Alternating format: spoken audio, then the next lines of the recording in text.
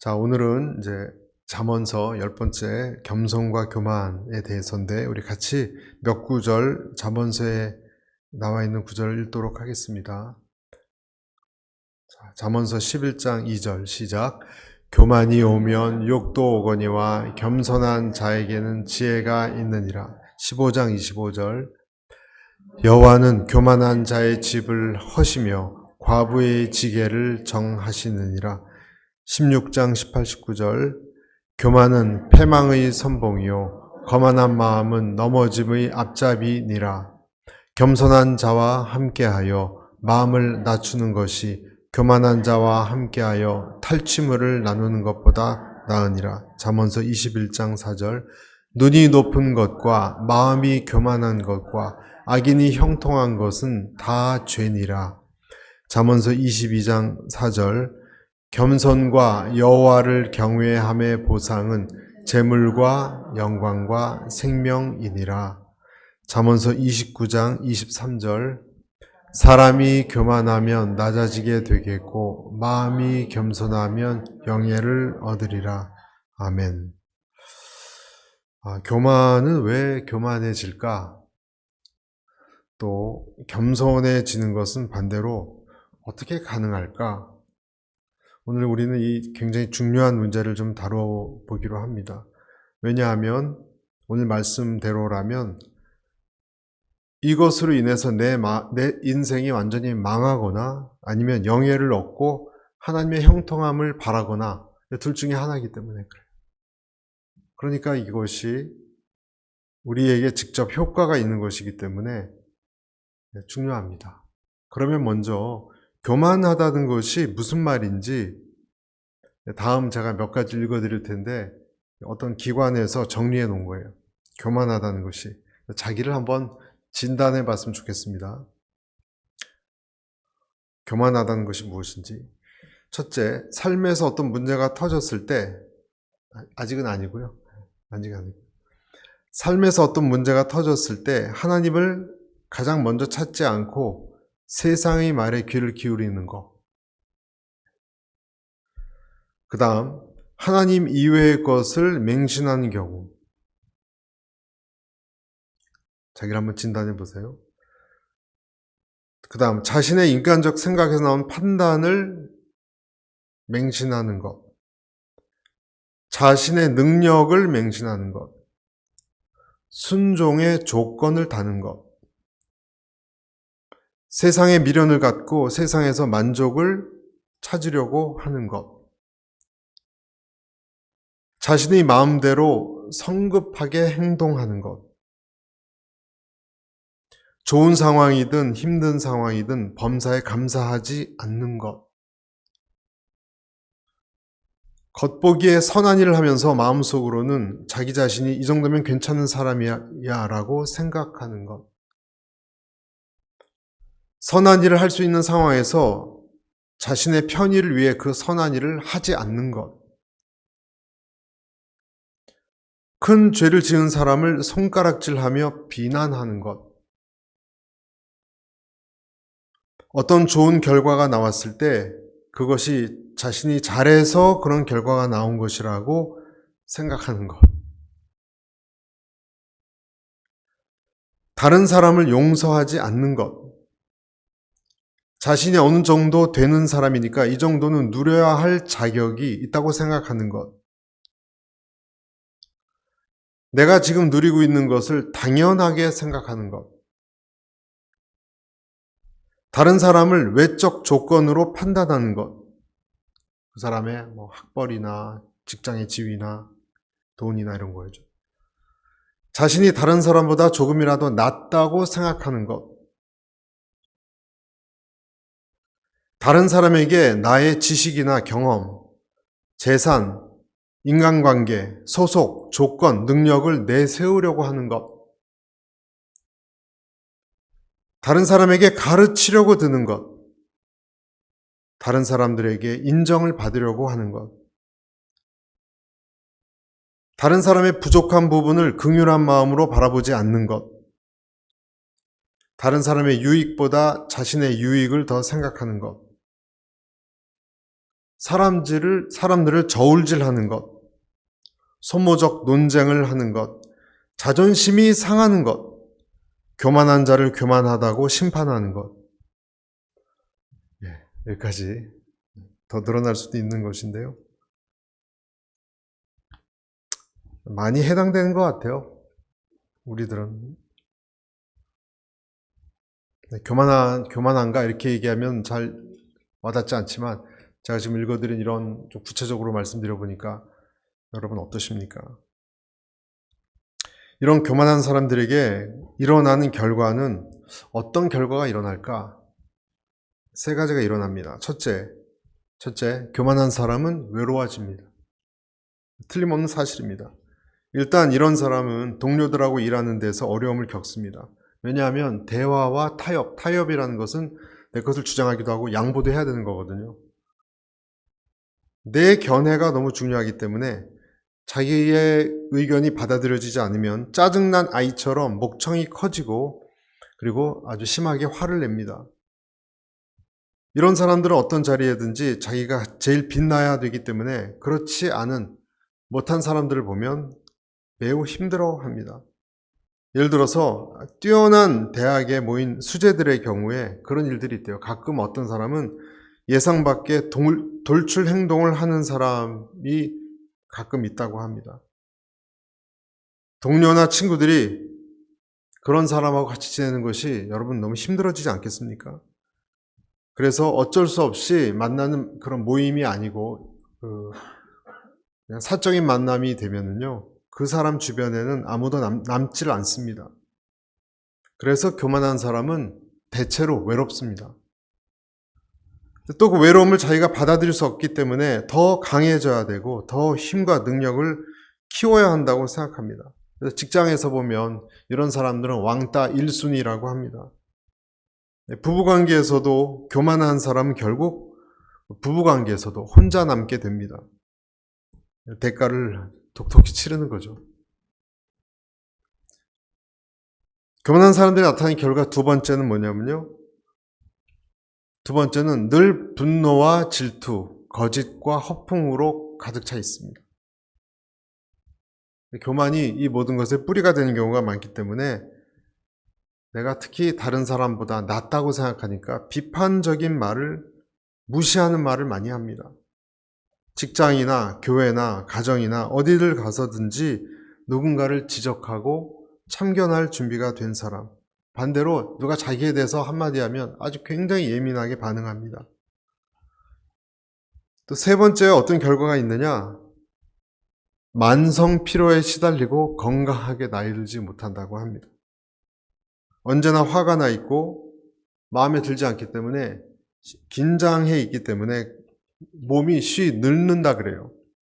작은 것에 분노하고 자기 우월감을 증명해내려고 하기 때문에 피곤할 수밖에 없습니다. 그래서 이런 사람은 새로운 누군가를 또 어떤 세상과의 만남을 어떤 면에서는 늘 경계합니다. 나보다 더 능력 있고 매력적인 사람이 나타나면 온 신경을 곤두세웁니다. 또 이 사람들의 특징은 소멸되는 것을 굉장히 힘들어합니다. 나이 드는 것 아주 고통스럽게 받아들인다고 합니다. 한때 매력적이고 성공적이었던 자기의 과거 되새기면서 사람들에게 지금은 그렇지 않으니까 그것을 자꾸 증명하려고 하면서 우울한 감정에 휩싸인다 그래요. 헐리우드 배우들이 많이 그러겠죠. 교만한 자에게 성경이 심판이 임한다고 그랬는데 실제로 어떤 심판이 임했냐면요. 헤롯 아그리파 1세라고 있어요, 여러분. 사도행전 12장에 나오는데 헤롯 아그리파 1세. 초창기 교회를 아주 극심하게 핍박한 왕으로 잘 나타나 있습니다. 세베대의 아들 야고보를 칼로 죽였고 그것 때문에 유대인들이 아주 환심을 사서 굉장히 인기가 많아져서 나중에는 베드로까지 잡아서 투옥하고 6월절 이후에 죽이려고 했습니다. 그런데 우리가 알듯이 기적이 일어나서 베드로가 천사로 인해 구출이 되니까 나중에 그를 잡고 있었던 파수꾼들을, 간수들을 죽였습니다. 그런데 이 헤롯 아그리파 1세가 44년도, AD 44년에 가이사에서 사망했습니다. 갑작스럽게 헤롯이 죽은 죽음을 하나님, 예수님도 믿지 않은 요세푸스라는 사람이 있어요. 요세푸스. 그 사람이 어떻게 표현을 했냐면 누가복음에 나타나는 것하고 똑같아요, 여러분. 일치하고 있습니다.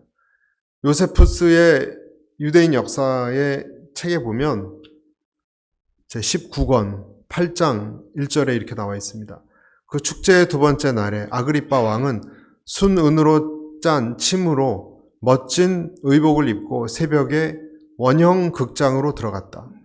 태양 광선이 찬란하게 비치자 그 옷은 신비한 빛을 발하기 시작했고 그 반짝임을 바라본 사람들은 기묘한 두려움과 경의를 느꼈다. 아첨하는 사람들은 아그리빠 왕을 신이라고 부르면서 사방에서 목소리를 높였다. 그때 왕은 갑자기 엄습한 강한 고통으로 인하여 복부를 움켜잡았다. 왕은 54세, 즉위한 지 7년 되는 해에 세상을 떠났다. 요세푸스 유대 고대사에 나와 있는 내용입니다. 제일 스펙이 좋은 왕이 헤롯 왕이 헤롯이 여러 왕들이 있거든요. 아그리빠 1세가 헤롯 가문 왕 중에 제일 스펙이 좋았습니다. 하스몬가의 피를 가졌고 하스몬가라고 하면 그 지역을 내려오는 아주 대표적인 왕족이에요. 할머니가 하스몬 왕족 출신이었고 또 로마에서도 교육을 받았던 최고 교육을 받은 엘리트였습니다. 그리고 더 나아가서 로마 황제들하고 좋은 관계를 가진 정말 인맥이라고 하면 이 사람 따라올 수 없는, 여러분 인맥 좋은 사람들 있죠. 로마 황실의 후원과 유대인들 지도자들의 지지를 받아서 정말 이 세상에 남부러울 것 없는 권력과 돈과 여러분 인기를 다 차지했어요. 여러분 그런 정치인들 가끔 있잖아요. 자기가 정말 대단한 신과 같은 인물이 된다고 착각하는 때에 이르렀나 봐요. 그런데 하늘 높은 줄 모르는 교만이 이 가이사랴 극장의 연설, 그리고 거기 이제 사람들이 그 사람만 신격화 시켰어요. 그러니까 아까 제가 읽어드린 것처럼 성경에 뭐라고 되어 있습니까? 사도행전 12장에 이렇게 되어 있습니다. 백성들이 크게 부르되 이것은 신의 소리요 사람의 소리가 아니라 하거늘 헤롯이 영광을 하나님께 돌리지 아니하므로 주의 사자가 고치니 벌레에게 먹혀 죽으니라. 아마도 급성 무슨 맹장이 터졌든지 뭐가 터졌든지 움켜잡고 즉사했다고 나와 있습니다. 하나님은 때로는 이런 사람을 이렇게 심판하시는 것 같아요. 교만한 자를. 그런데 여러분 오만한 마음은 은밀하고 얌전한 모습으로 나타납니다. 탕자 아시죠 여러분? 돌아온 탕자의 형님이 끝까지 동생을 안 받아주고 아버지에게 분노했잖아요. 여러분 그 이유가 왜 그러냐면 자기는 동생에 비해서 괜찮은 사람이라고 생각했기 때문에 그런 거예요. 나름대로 죄를 크게 짓지 않고 잘 살아왔다고 여기는 사람, 여러분 이런 사람이 교만할 수 있습니다. 헤롯 왕처럼 사람을 해치거나 권력을 휘두르지도 않고 늘 고요하게 기도하고 조용하고 겸비하고 부모를 섬기고 하나님을 섬겼다고 생각하기 때문에 자기가 교만한 줄을 전혀 몰라요. 그런데 여러분 이런 사람들 속에 하나님 보시기에 깊은 교만이 숨겨 있는 것을 하나님은 보십니다. 이것은 무서운 교만입니다. 동생이 이 돌아온 탕자가 죽다 살아나서 잔치 소리가 다 들리는데도 이 형이 어떻게 했습니까? 잔치에 안 들어갔어요, 여러분. 그럴 수가 있어요, 여러분. 아무리 미워도 오랫동안 몇 년이 된지 모르지만 거의 죽은 동생인데 거지꼴로 살아왔는데 그 잔치를 하는 잔치에 안 들어갔어요, 여러분. 성경에 보면 노하여 들어가기를 즐겨 아니하여. 그래서 결국 어떻게 해야 되냐면 아버지가 나와서 너 왜 그러냐, 형이 돼가지고 어떻게 다 잔치하는데 네가 없느냐, 권할 지경이 됐습니다. 이 맏형이 화가 난 이유가 무엇이었는가? 누가복음 15장 29절 30절에 이렇게 나와 있어요. 같이 한번 읽어보겠습니다. 시작. 아버지께 대답하여 이르되 내가 여러 해 아버지를 섬겨 명을 어김이 없거늘 내게는 염소 새끼라도 주어 나와 내 벗으로 즐기게 한 일이 없더니. 네. 30절도 같이 읽을까요? 시작. 아버지의 살림을 창녀들과 함께 삼켜버린 이 아들이 돌아오매 이를 위하여 살진 송아지를 잡으셨나이다. 첫째, 나는 여러 해 아버지를 명을 어기지 않고 충성되이 섬겼다. 그랬죠? 난 훌륭하다 그거예요. 두 번째, 그런데도 짐승 새끼 하나도 받아 나를 잔치를 열어주지 않았다. 아버지가 하신 처신이 부당하다는 거예요. 난 자격이 있는데 대우를 부당하게 받았다는 거예요. 세 번째, 저 나쁜 놈은 아버지 살림을 날려버리고 방탕한 짓을 했는데 도리어 돌아왔다고 소를 잡으셨다니 그럴 가치가 있느냐? 저놈은 가치가 없는 놈이다라는 판단이에요. 여러분이 맏형이 뭘 잘못한 거죠, 지금? 네? 맞는 말이죠.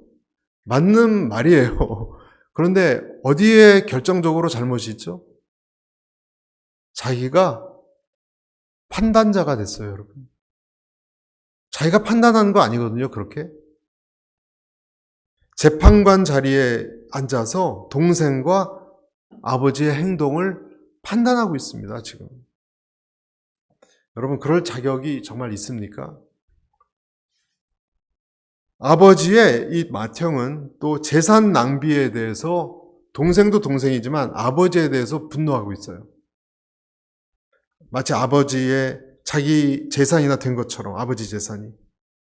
그러니까 동생이나 맏형이나 모양은 다르지만 아버지의 재산에 둘 다 마음이 가 있었던 거예요. 알고 보면. 그렇죠? 동생은 말로 표현해서 다 그것을 잘못 해먹어서 거지가 돼서 나온 잘못이지만 맏형도 사실 똑같은 마음이 있었어요.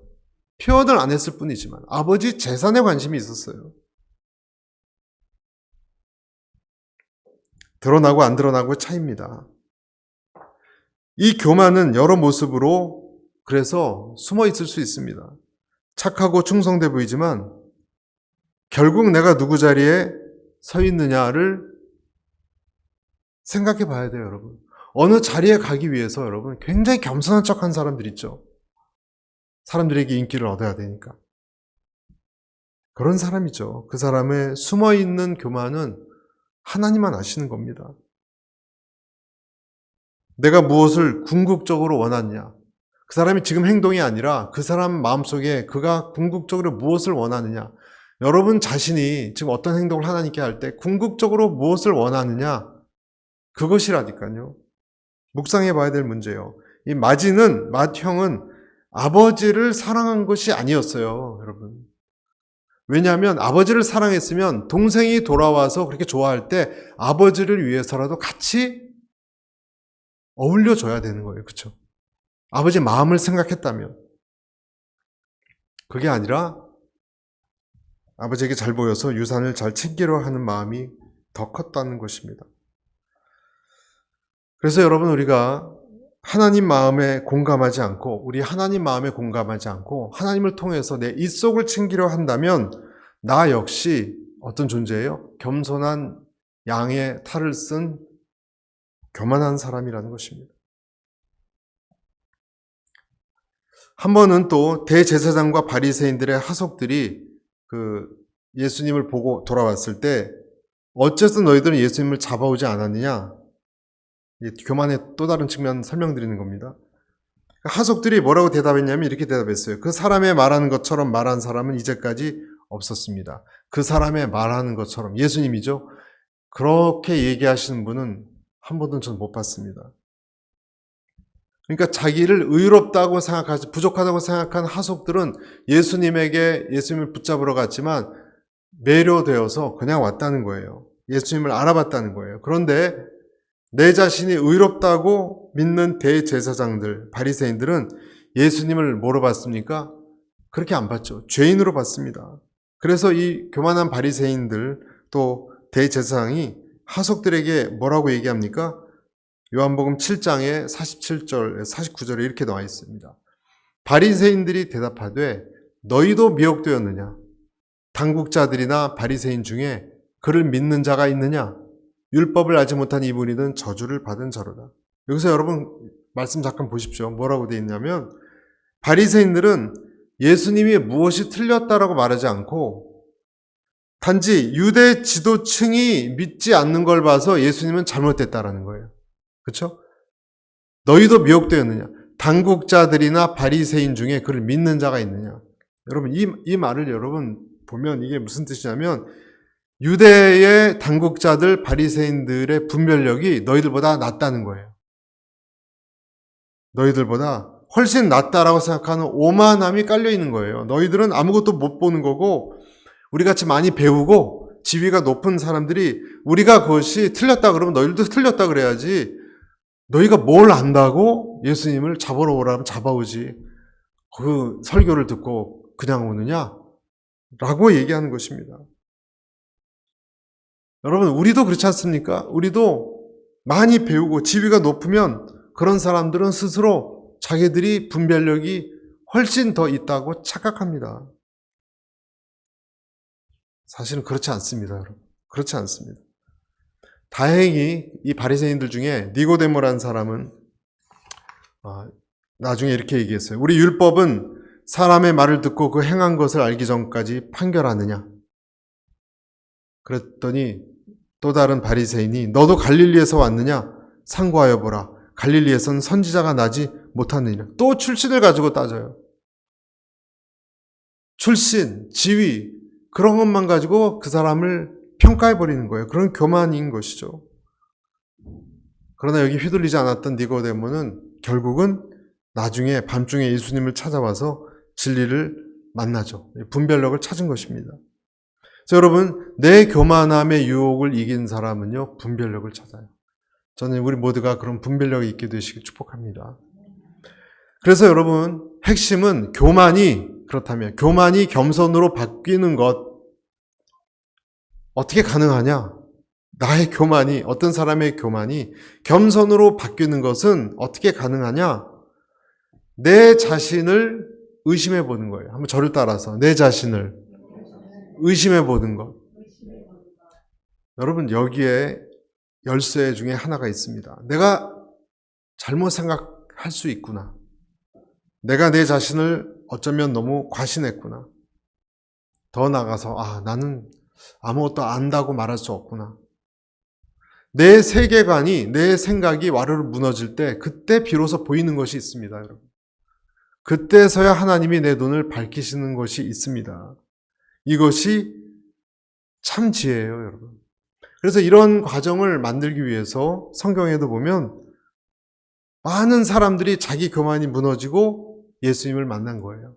그러니까 여러분 이거 우리에게 적용해 보면 내가 가지고 있던 생각, 내가 옳다라고 생각하는 어떤 생각이 우리 인생의 일순간에 어느 순간에 무너져 본 경험이 없으면 여러분 그런 눈물을 흘리고 주님 앞에 내가 잘못 생각했네요 라는 과정이 없으면 아직도 나는 눈을 못 뜬 거예요.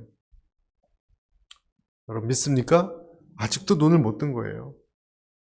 베드로를 보십시오. 베드로는 무엇인지 자기가 잘 할 수, 예수님을 따르고 있는 중에서도 어떤 고난도 맞이할 수 있고 자기가 문제 해결을 제일 먼저 앞장서겠다고 자신했는데 나중에 어떻게 됐어요? 비겁함만 확인했잖아요.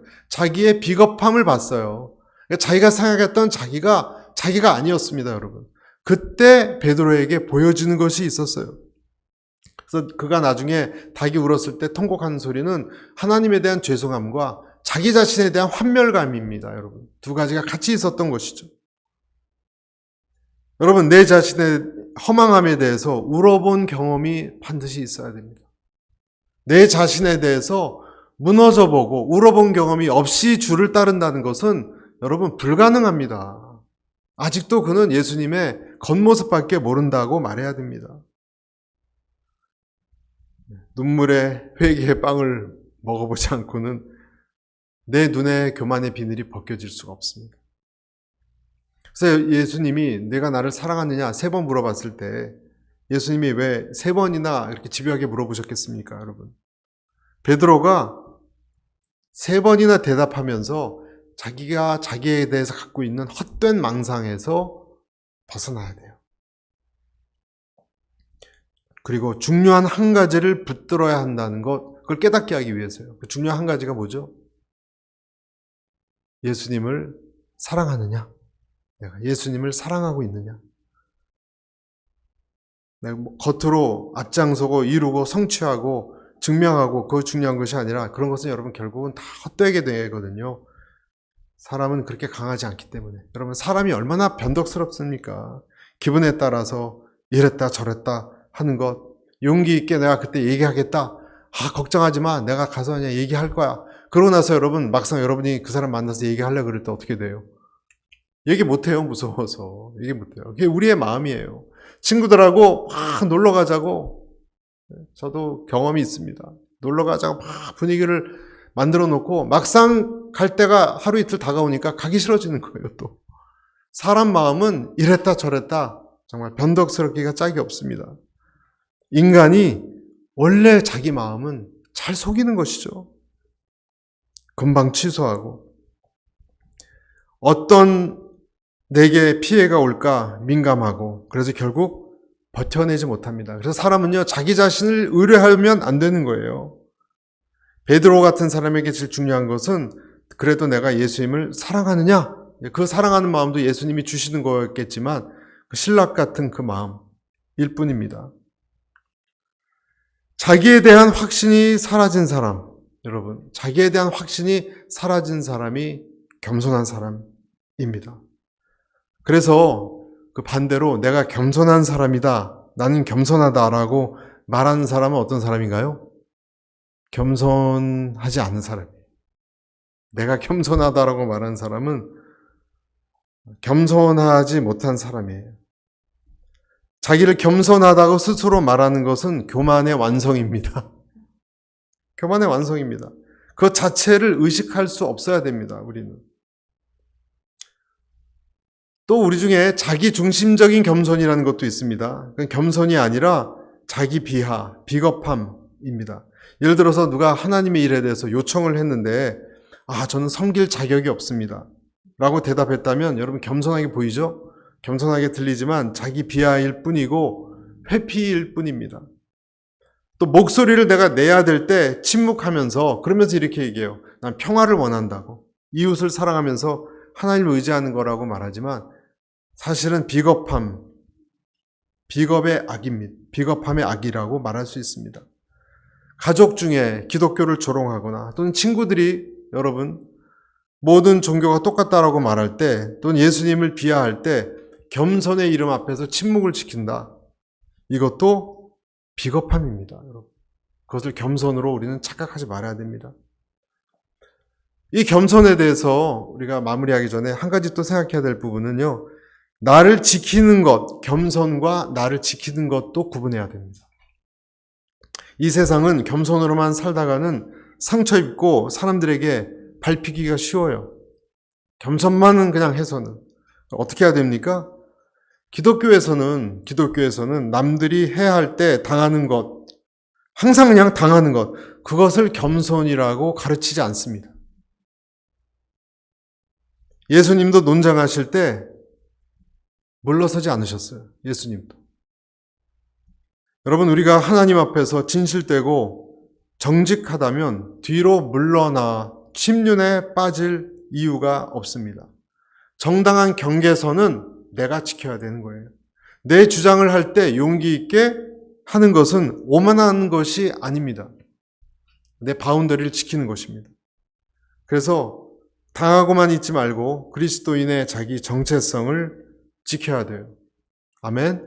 그렇지만 내 자신의 말씀드렸듯이 한계도 알아야 돼요. 그리고 상대방에 대한 한계도 알고 있어야 돼요. 여러분, 상대방에 대한 한계를 알고 있어야하는 것이 무슨 말이냐면요. 요한복음 2장 24, 25절에 이렇게 되어 있습니다. 예수는 그의 몸을 그들에게 의탁하지 아니하셨으니 이는 친히 모든 사람을 아시며 그가 친히 사람의 속에 있는 것을 아셨습니다. 오스왈 챔버스는 이 성경 말씀을 말하면서 이런 말을 했습니다. 우리에게 덧입혀져 있었던 잘못된 허상이라는 게 있대요, 우리가. 그것이 제거되는 것이 실망이고 좌절이고 고통이다. 여러분, 이 말씀 잘 기억해 보세요.